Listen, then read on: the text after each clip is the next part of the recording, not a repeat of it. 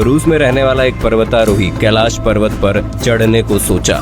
उसने सोचा कि जब वो 8000 मीटर से ज्यादा ऊंचाई वाले माउंट एवरेस्ट पर चढ़ाई कर लिया तो फिर 6638 मीटर वाला कैलाश पर्वत क्या चीज है। बहुत से लोग उसे ऐसी करने की जरूरत करने से मना कर रहे थे, लेकिन फिर भी उस पर्वतारोही ने पूरी हिम्मत और दमखम के साथ कैलाश पर्वत की चढ़ाई शुरू कर दी।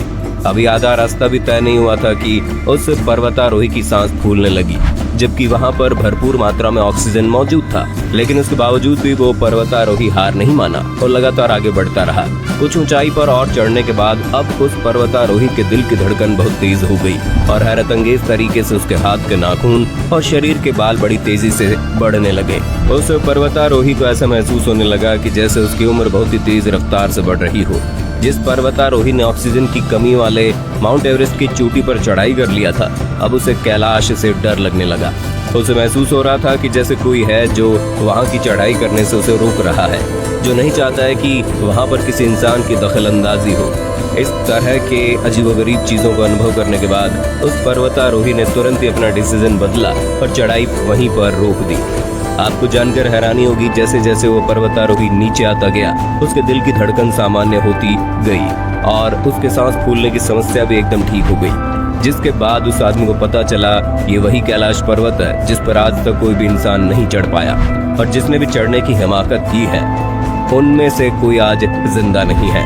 तो आखिर कैलाश पर्वत में ऐसी कौन सी रहस्यमय ताकत थी जिसकी वजह से आज तक कोई भी इंसान कैलाश की चोटी पर नहीं पहुंच पाया है?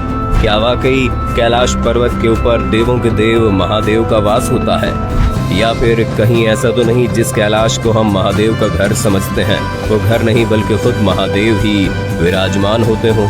और ऐसा कौन सा कारण है कि कैलाश पर्वत को लोग पिरामिड से भी जोड़कर देखते हैं? आज के इस वीडियो में हम आपको इन्हीं सवालों के जवाब को बहुत ही बारीकी से बताएंगे। आज का वीडियो बहुत ही इन्फॉर्मेटिव होने वाला है, वीडियो को अंत तक जरूर देखना। दोस्तों, सबसे पहले आपको बता दें कैलाश पर्वत हमारे पड़ोसी देश तिब्बत में मौजूद एक पर्वत श्रृंखला है जिसका अंश भारत और चीन तक चला जाता है। आपको जानकर हैरानी होगी, दुनिया की सबसे ऊंची पहाड़ी चोटी माउंट एवरेस्ट की ऊंचाई लगभग 8848 मीटर है। वहीं दूसरी तरफ कैलाश पर्वत की ऊंचाई माउंट एवरेस्ट से लगभग 2000 मीटर कम 6638 मीटर है।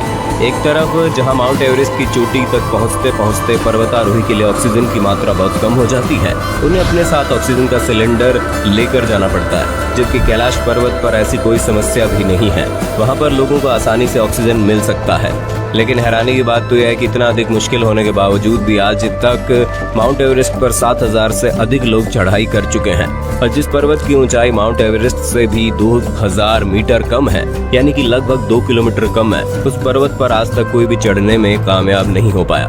कामयाबी तो दूर की बात है, आज तक कोई ठीक ठाक स्थिति में कैलाश पर्वत का आधा रास्ता भी तय नहीं कर पाया। और जिस किसी ने भी वहां पर जबरदस्ती चढ़ाई करने की कोशिश की, उनमें से हर कोई मारा गया। हिंदू धर्म ग्रंथों में इस बात का उल्लेख है कि कैलाश पर्वत पर भगवान शिव आज भी निवास करते हैं।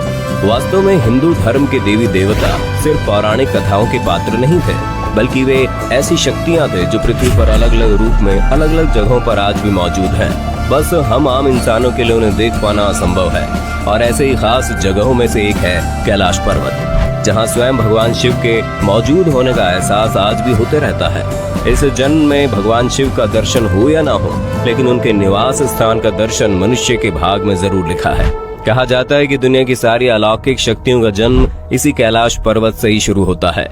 हिमालय की गोद में बसा ये पर्वत भले ही दुनिया का सबसे ऊंचा पर्वत ना हो, लेकिन इसकी भव्यता इसकी ऊंचाई से नहीं बल्कि इसके आकार में है, जो किसी जीता जागता शिवलिंग की तरह ही दिखाई देता है। दोस्तों, इस रहस्य को पूरा जानने के लिए अब आगे हमारी रिसर्च टीम की बातों को ध्यान से सुनिए और इस वीडियो को बिना स्किप किए पूरा देखिए। हाल ही में दुनिया भर के कई वैज्ञानिकों के द्वारा किए गए शोध के बाद ये बताया गया कि पृथ्वी के जिस जगह पर अद्भुत कैलाश पर्वत मौजूद है, वो जगह पृथ्वी का सेंटर है। जैसे किसी मानव शरीर का सेंटर उसकी नाभि को माना जाता है, वैसे पृथ्वी का नाभि कैलाश पर्वत है। यही वजह है कि जब कोई पर्वतारोही या फिर कोई शख्स कैलाश पर्वत के पास भी जाता है तो उसके दिशा सूचक यंत्र काम करने बंद कर देते हैं। शोधकर्ताओं द्वारा बताया गया कि कैलाश पर्वत पर ही चारों दिशाओं का मिलन होता है। ये पर्वत इस धरती के सभी जीव जंतुओं को जीवित रखने के लिए वातावरण को बनाए रखता है, और शायद इसीलिए इस जगह को प्राकृतिक शक्तियों का भंडार माना जाता है। जब भी कभी कोई कैलाश पर्वत पर चढ़ने की हिम्मत करता है तो एक खास सीमा को पार करने के बाद उसके साथ बहुत ही अजीबोगरीब और असामान्य घटनाएं होने लगती है। वहां चढ़ाई करने के लिए जाने वाले लोग डर कर वापस आने के बाद बताते हैं कि वहां पर कुछ तो ऐसा है जो बार बार ये संकेत देता है कि यहाँ मत आओ, यहाँ से दूर चले जाओ। वहाँ का मौसम भी अचानक से बदलने लगता है, ठंड अचानक से बढ़ जाती है, इंसान के दिल की धड़कन भी दुगनी हो जाती है और ऑक्सीजन होने के बावजूद भी उनके सांस फूलने जैसी समस्या होने लगती है। इतना ही नहीं, कई लोगों का तो ये भी कहना है कि जब आप कैलाश पर्वत के करीब जाएंगे तो आपको महसूस होगा कि आपके नाखून और आपके शरीर के बाल बहुत ही तेज रफ्तार से बढ़ रहे हैं। आपके चेहरे की बनावट बहुत तेजी से बदल रही है और उस पर झुर्रियां दिखाई देने पड़ी है। ये लगभग वैसा ही होता है जैसे आपकी उम्र दुगुनी चौगुनी रफ्तार से बढ़ रही हो। और जो भी शख्स कैलाश पर्वत के इन चेतावनी को नजरअंदाज करके आगे बढ़ता जाता है वो आज तक कभी वापस नहीं लौटा। हिंदू धर्म की मान्यता के अनुसार कैलाश पर्वत को भगवान शिव का घर माना जाता है और बगैर उनकी आज्ञा के कोई भी उनके स्थान पर आ जाए ऐसा वो होने नहीं देंगे। यानी कि कैलाश पर्वत पर चढ़ाई करना असंभव है।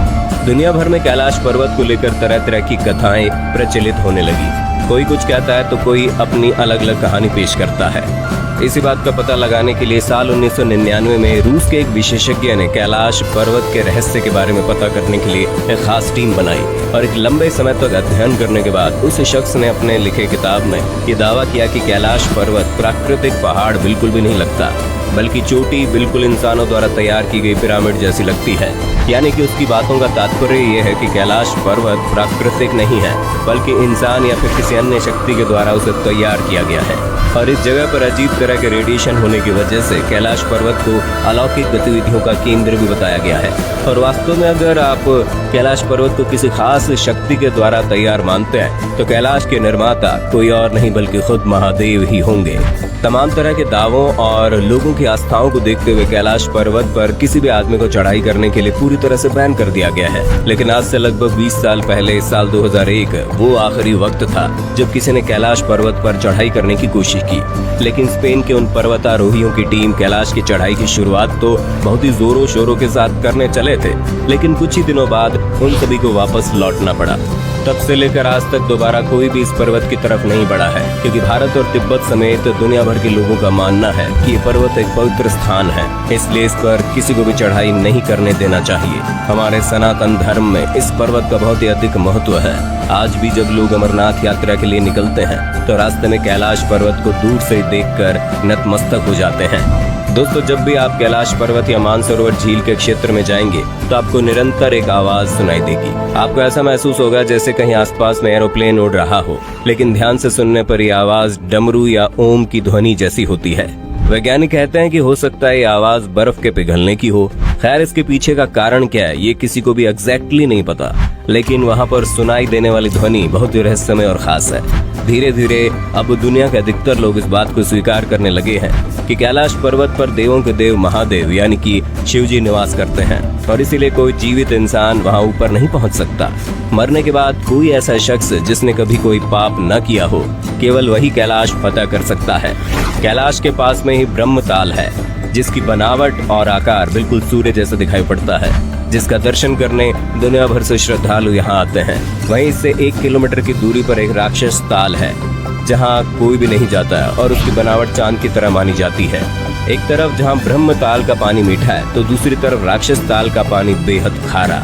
यही वजह है कि ब्रह्म ताल सकारात्मक ऊर्जा का केंद्र है और राक्षस ताल नकारात्मक ऊर्जा का केंद्र है, और ऊर्जा के इन दोनों केंद्रों के बीच खड़ा है कैलाश पर्वत। दोस्तों, उम्मीद करते हैं ये जानकारी आपको अच्छी लगी होगी।